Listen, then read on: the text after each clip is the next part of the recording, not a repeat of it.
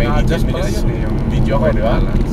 I-preview mo siya, Sinisip ko na lang sa automatic. yung range, yung bagong feature niya, pwede ka lang kumuha ng part ng preview at ang ilagay mo sa project. So hindi ka na magda-download ng buo tapos ika-cut mo, hindi. Yung mag-preview ka muna natin, oh itong part na to, kukunin ko. So ilagay mo ng range, di ba? Tapos ilagay mo na doon sa track mo.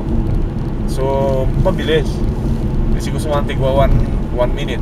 Paggabi Kasi magkukuha ng video marami.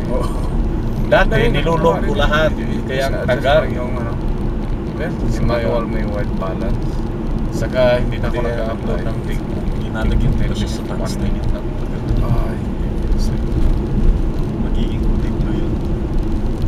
Ay, Oo, yun na-adjust ko isip to. lang to siya.